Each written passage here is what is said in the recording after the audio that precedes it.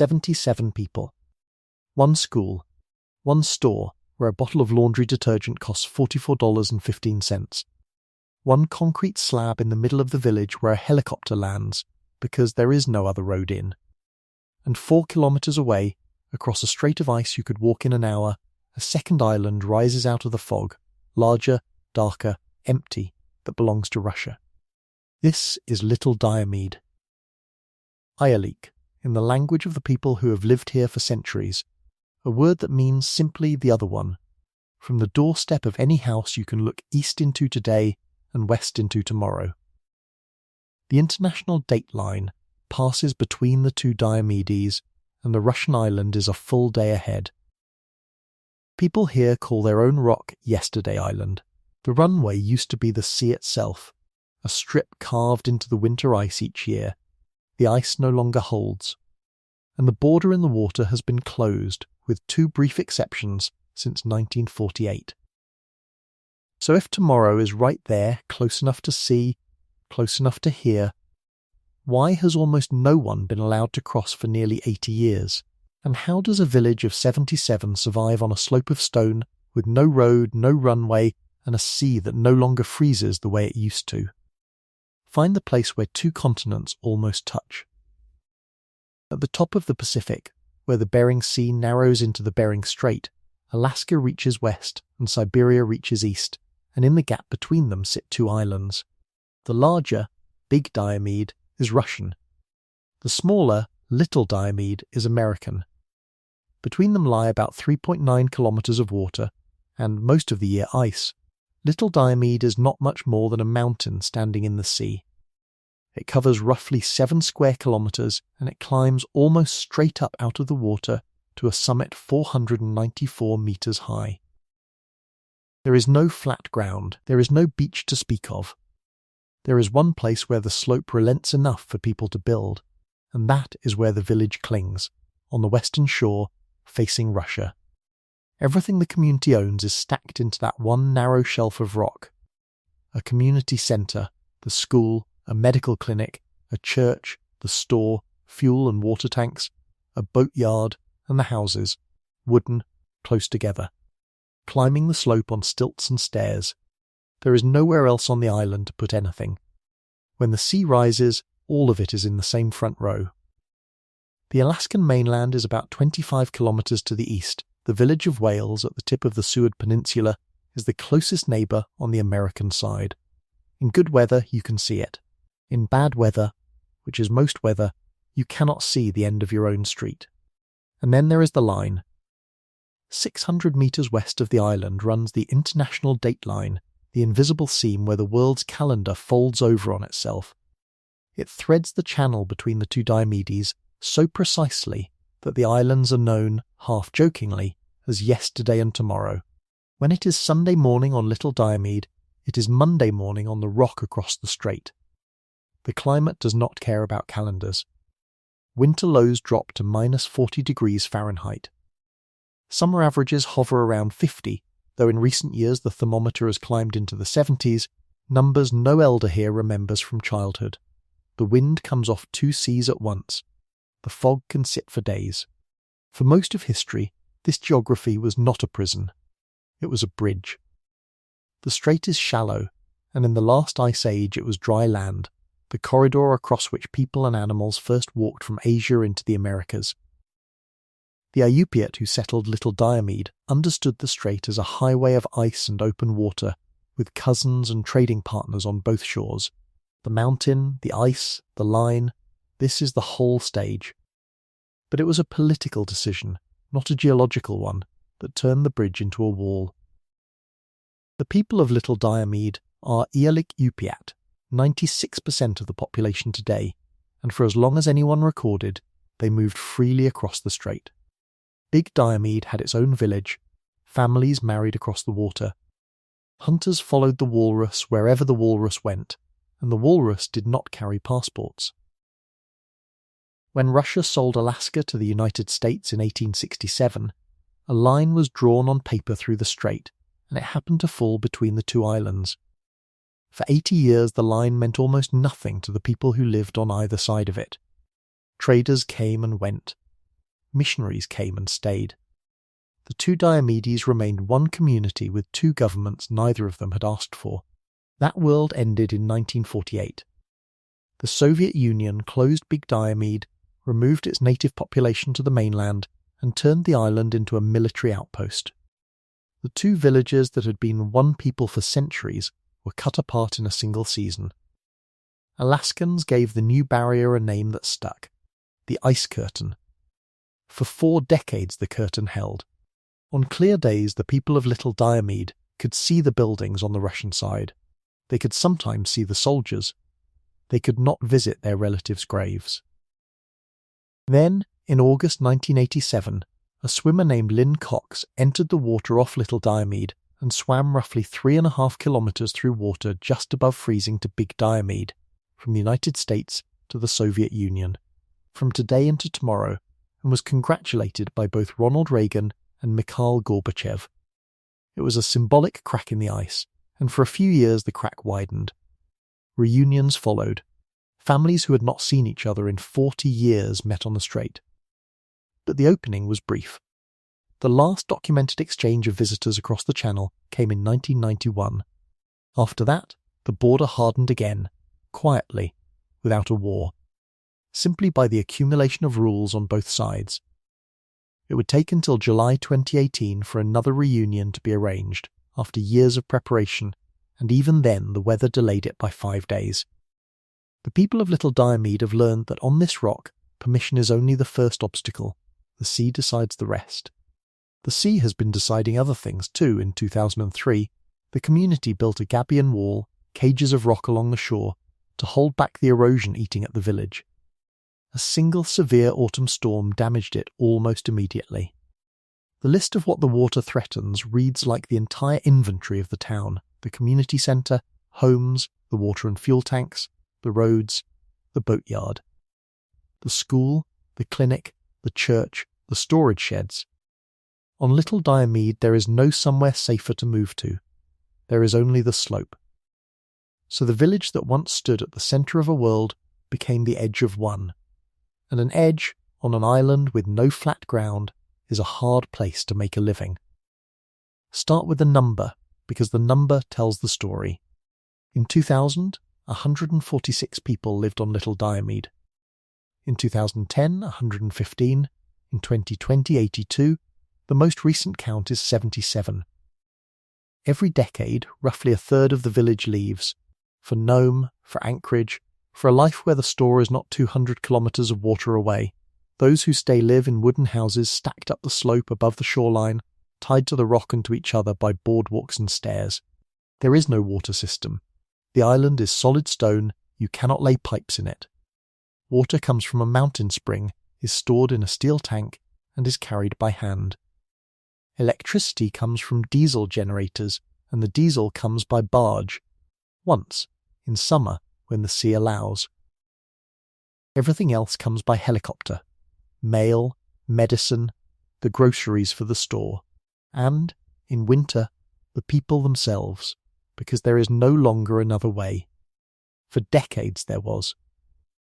When the strait froze solid, the villagers carved a runway into the shore-fast sea ice each winter, and small planes landed on the frozen ocean beside the village.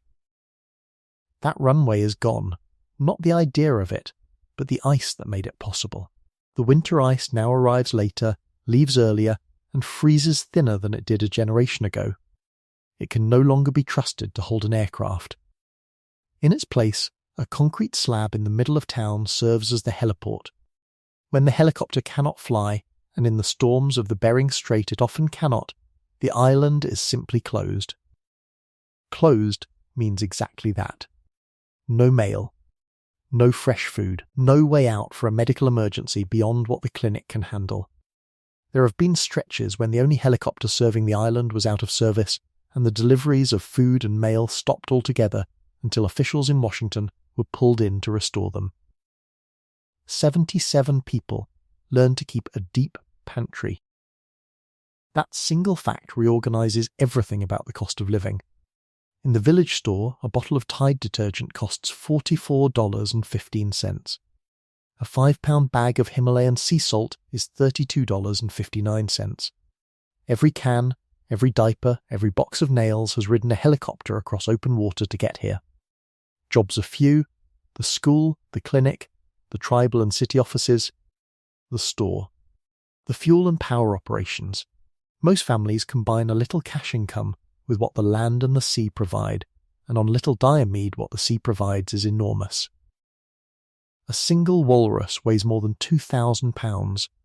The village governs itself twice over: a federally recognised tribe, the native village of Diomede, and a small city government, and between them, the school. The clinic and the store, they are the employers. Teachers fly in on the helicopter and live in the school building's quarters through the year. A nurse or health aide staffs the clinic, and anything beyond its reach means waiting for weather that will let a medevac land. Ivory is the one product the island sells to the world. Alaska natives are permitted by law to carve and sell walrus ivory, and Diomede carvers have long been known for it. Small figures, jewellery, tools worked from tusks that came out of the strait a few hundred metres from the workshop. It is one of the few ways cash enters the village that does not arrive on a helicopter. The year is organised by ice. Freeze up in autumn, when the sea locks and the storms come. The long dark of midwinter, when the village turns inward: school, church, the gym, the store. Break up in spring, when the flows open and the animals move. And the short, bright summer, when the barge comes, the birds nest, and the sun barely bothers to set. The children go to the Diomede School, one building where the calendar has always bent to the animals. As early as the 1953-54 school year, classes were rearranged, held on holidays and some weekends, so students could finish their 180 days before the walrus came through in spring. Today the school is also where the Wi-Fi lives, a network that runs a few hours a day, and when it does, the children of Little Diomede gather there the way children elsewhere gather at a playground. The gymnasium is the town's other heart. It is where the dances happen, the drum dances that have been performed on this rock longer than any government has existed on either shore. This is a place where you know exactly what everything costs, and exactly how far it travelled, and exactly how many people are left to share it. 77. And yet, when the walrus come, the whole village goes down to the shore together, because some things here are still done the way they were done before the border, before the helicopter, before the number began to fall. In spring, the ice breaks and the walrus migrate north through the strait, riding the flows, and when the first herds appear off Little Diomede, the entire community gathers at the water's edge and calls to them. They call with their voices, deep-throated grunts that carry across the water, and the walrus answer. The animals turn toward the sound, toward the concrete slab at the centre of the village where, on other days, the helicopter lands. It is one of the strangest and oldest scenes in North America, a town of 77 standing on its landing pad, singing 2,000-pound animals in from the sea. Nothing is wasted. Meat, fat, hide, ivory, sinew, every part of the animal is used, as it was used when the strait was a highway and not a border. The ivory becomes carvings, the sinew becomes thread. The meat is shared out through the village according to rules older than money. The seal season is shorter now than it was, but it still comes. On calm days, and calm days are rare, the men go out to check crab pots set along the coastline. In summer, when the sun barely sets, the children hunt least auklets in the long evenings and gather myrrh eggs from the cliffs, and native hunters are still permitted to use live decoys as their grandparents did. The language of the village is Iñupiat layered with English. The name of the place, Iŋaliq, the other one, is a reminder that in the old geography, this island was never the centre. It was the smaller partner. The bigger, better-known island was always the one across the water. Then history reversed the meaning. The other one is the one that survived as a village. And in the gym, when the drums start, the distance to Russia does not matter. The dances belong to a people who lived on both islands, and the songs do not know which side of the dateline they are being sung on. There is a peculiar richness to a place this small. Everyone is needed.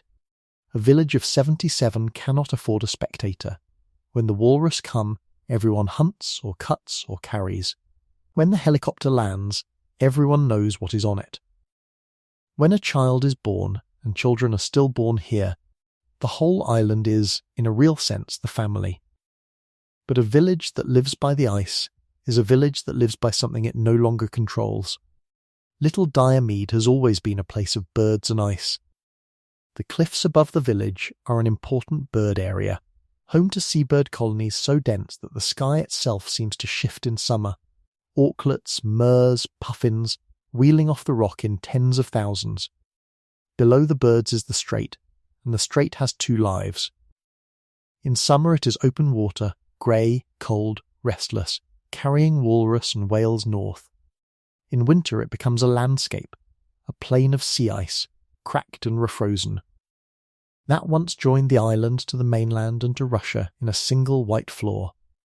That white floor was the village's road, its runway, and its hunting ground.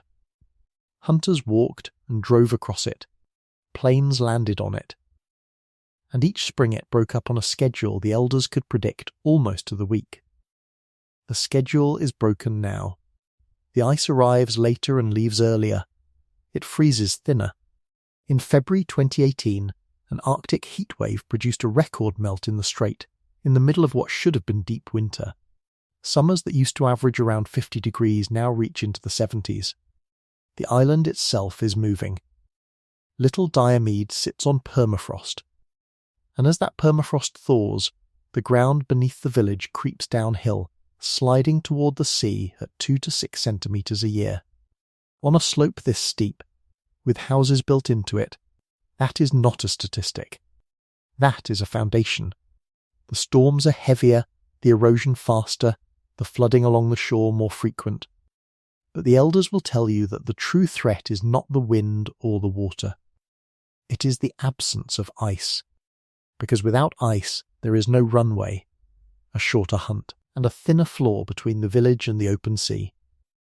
The mountain that has sheltered this village for centuries is quite literally letting go. Ask what threatens Little Diomede, and you get a list that would sink most towns. A population that has halved in a generation. A store where a bottle of detergent costs a day's wages. A single fragile link to the outside world. One helicopter, one weather window, and when that link breaks, as it has, the deliveries of food and mail simply stop until someone far away intervenes.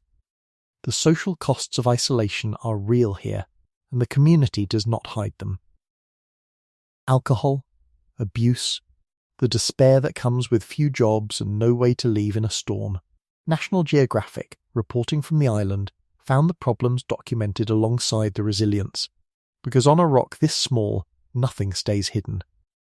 The ground is a challenge in itself. A rock wall built to protect the shore was broken by a single autumn storm the year it went up. The permafrost slides. And every building the village owns stands in the one place the erosion is aimed at, and the border is not softening. Across 3.9 kilometres of water sits an island that was once family and is now a foreign military installation.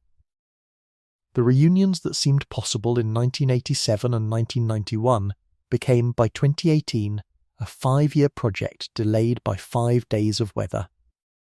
In the years since, the geopolitics of the strait have not grown kinder. Tomorrow is right there, and it has never been further away. So why stay? Ask the 77, and the answers are not complicated. Because this is Iŋaliq. Because the walrus still come.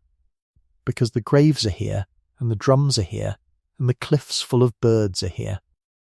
Because a village that has survived a closed border, a vanished runway, and a sliding mountain has already answered the question of whether it wants to exist. The people who leave do not leave because they stop loving the island. They leave because a helicopter is a thin thread to hang a life on, and because a child who wants to be a nurse or an engineer cannot become one on a slope of stone. That is the arithmetic of the edge. Love is not the scarce resource. Ice is. Stand on the boardwalk above the shore on a clear winter morning. The village is at your back, 77 people, one school, one store, one concrete slab waiting for a helicopter. In front of you the strait is white to the horizon, and rising out of it, 4 kilometers away, is the dark shape of Big Diomede. Empty houses. A military post. Tomorrow, the Iñupiat who named this island called it the other one, and for centuries they were right. It was the smaller partner in a world that stretched across the water. Then a line was drawn through the ice, and the other one became the last one, the only village left in the strait, holding on to a way of life that its bigger sibling was not allowed to keep. Little Diomede is not just the edge of America. It is a reminder that tomorrow can be 4 kilometers away and still out of reach, and that the people most cut off from the world are often the ones who remember best how connected it used to be.